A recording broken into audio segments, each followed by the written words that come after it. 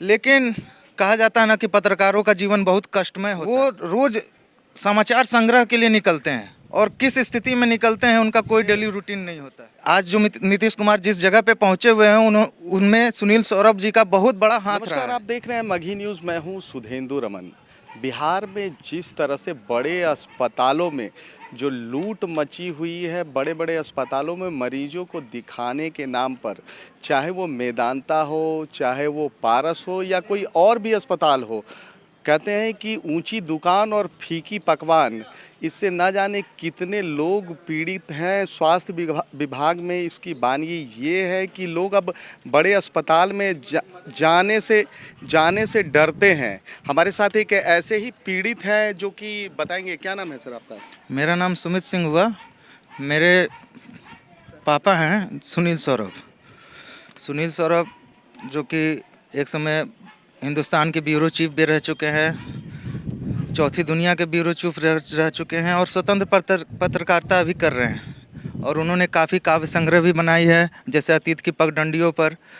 उन्हें ज्ञान रत्न अवार्ड भी मिला है 2018 में मुरादाबाद उत्तर प्रदेश से। आर्त बंधु सम्मान 1995 में बाढ़ पटना से मिला। हिंदी साहित्य में महत्वपूर्ण योगदान के लिए साहित्य कुसुमकार अवार्ड भी उन्हें 2020 में मिला।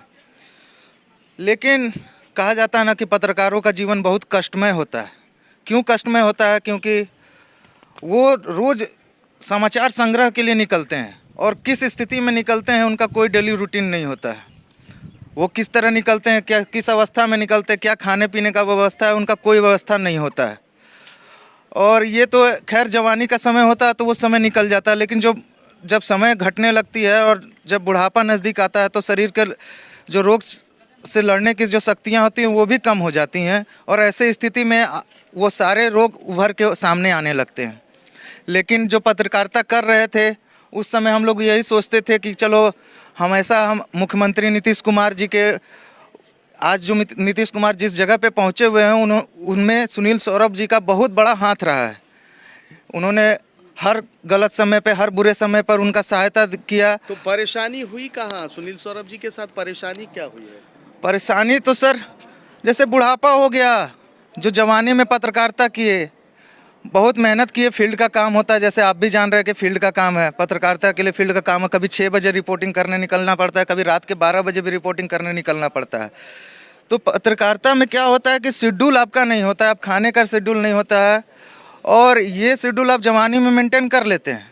लेकिन बुढ़ापा में क्या होता है, ये दर्द आने लगता है और यही दर्द के चलते वो पिछले मतलब कि 23-24 मार्च से गाल ब्लाडर के इन्फेक्शन के चलते गया में इलाजरत थे। लेकिन वहाँ पे काफ़ी दिनों मतलब कि 3 दिन इलाजरत हुए हॉस्पिटल में। पिलगिरी करके एक हॉस्पिटल है और वहाँ पे गया एम्स है जो कि फ्रेंचाइजी में है और उसमें ये लोग 3 दिन रखे उनको और उसके बाद उनको बोले कि इनका हालत ठीक नहीं है, इनको रेफ़र कर दिया जाए।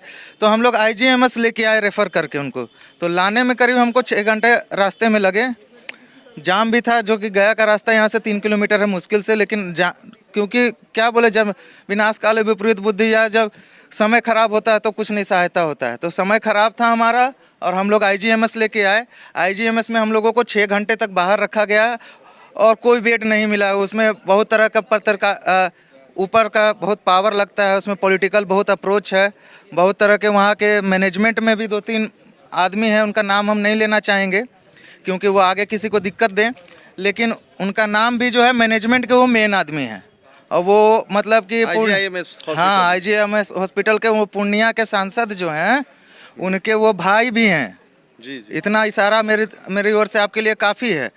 तो उनसे भी बात किया गया तो फिर वो बोले कि नहीं, बेड नहीं है, ICU में बेड नहीं है। जबकि हर इमरजेंसी हॉस्पिटल का ये नियम है कि ICU में उनको बेड कम से कम 2 से 3 इमरजेंसी बेड खाली रखना होता है। ये कोरोना जैसे क्रिटिकल जो समय था उसमें बोला गया था कि आपको 2 से 3 इमरजेंसी बेड खाली रखना है। तो इस कंडीशन में हमको वहाँ पे बेड नहीं मिला। मेरा मरीज़ जो था काफ़ी सफ़र किए, 8-6-14 घंटा इनको ये सफ़र करने में लगा। फिर किसी तरह हम लोग, मरता क्या नहीं करता, उस पोजीशन में हम लोग पारस लेके आए इनको। पारस हॉस्पिटल जब अपने पिताजी को आप IGIMS से ले गए तो फिर उसके बाद क्या हुआ? हम लोग यहाँ पारस में 1:45 बजे सुबह में 6 तारीख को लेके आए। 6 तारीख जो कि बहुत बड़ा मैटर रखता है, आज 21 तारीख हो गया, करीब 16 दिन से ये भेंट पे हैं। भेंट पे नहीं थे, बीच में आइसोलेशन पे थे, फिर 2-3 दिन से ये भेंट पे हैं। तो हम जब 1:45 बजे सुबह में लेके आए इनको, तो ये कंडीशन इनकी ठीक थी, ये बात कर रहे थे, इनका शरीर पर का मूवमेंट बढ़िया था, इनको केवल पेट में दर्द था, पेट में काफ़ी दर्द था, जो कि गाल ब्लैडर के इन्फेक्शन के चलते था।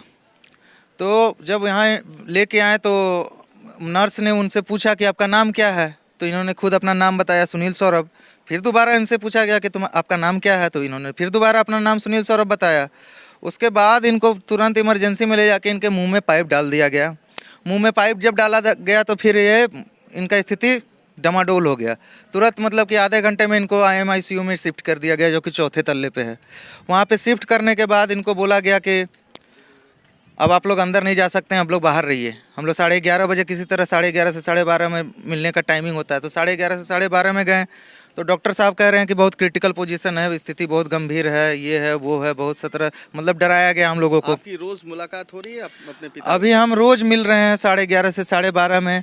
और अदर जो भी साइन होते हैं, जैसे साइन कराया जाता है, कोई महंगी मेडिसिन चलाई जाती है। अभी इनका 24,000 का पर डे का मेडिसिन एक चलाया जा रहा है, 2,200। तो वो साइन करने के लिए भी हम लोगों को बुलाया जाता है, तो उसलिए हम लोग मिलते हैं। लेकिन वो सर्टेन पीरियड है, उसमें हम किसी से बात नहीं कर सकते हैं। आप वहाँ के प्रबंधक जो हैं उनसे मिले तो उन्होंने क्या कहा? प्रबंधन इसमें क्या कहेगी, प्रबंधन ने बोला कि हम लोग देख रहे हैं, हम लोग इलाज कर रहे हैं।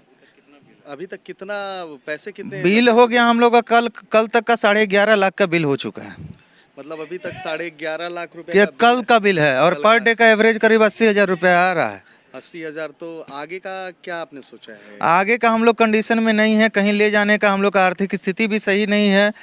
और अभी जो है कि मतलब डॉक्टर साहब और हमारे पास जो उनका केस समरी वगैरह है, इससे भी हम लोग देख रहे हैं कि उनको कहीं तो क्या आप उनके इलाज से मतलब संतुष्ट नहीं हैं? नहीं है। तो इसके लिए आप क्या आगे का क्या कदम उठाएंगे, ये बताइए। हम लोग आगे क्या कदम उठाएंगे, पहले हमारा मरीज बच जाए, उसके बाद हम लोग कदम उठाएंगे, और नहीं बचेगा तो फिर देखा जाएगा क्या किया जा सकता है। कौन कौन से संगठन और कौन कौन से राजनेता आपकी मदद के लिए आ गए? हमारे लिए हम सबसे बड़ा शुक्रगुजार हैं पप्पू यादव जी के, जो पूर्णिया से पूर्व सांसद भी रह चुके हैं, जिनका बहुत तरह का सहायता का कार्य भी किया गया है। कोरोना में भी बहुत सहायता किए हैं।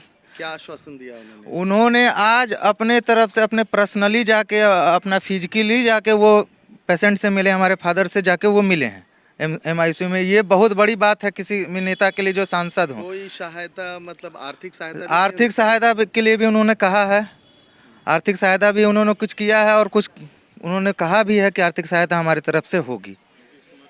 नीतीश कुमार के पास तो हम लोग लेटर डाल चुके हैं, वो जाति जनगणना करने आए थे शनिवार के दिन। मतलब सरकारी स्तर पर कोई मदद आपको सरकार किसी तरह की मदद नहीं। हम लोगों ने PM केयर फंड के लिए भी सांसद के द्वारा भी डाला है, जो कि किडनी रोग, दिल रोग और दिमाग रोग, ऐसे 6 रोगों के लिए मिलता है मतलब फंड। सरकार की तरफ से अभी कोई नज़र नहीं। सरकार मतलब बड़ा सा नींद का टेबलेट खा के सो रही है। तो जैसा कि आपने देखा कि ये बता रहे हैं कि सरकारी किसी भी सुविधा से ये वंचित है, और जो अस्पताल है उनका जो बिल है दिन दुगना रात चौगुना बढ़ते ही जा रहा है। जब ये कहानी हम देखते हैं तो एक फिल्म आई थी गब्बर, मुझे ऐसा लग रहा है कि कहीं वही फिल्म का पुनरावृत्ति तो नहीं हो रहा है।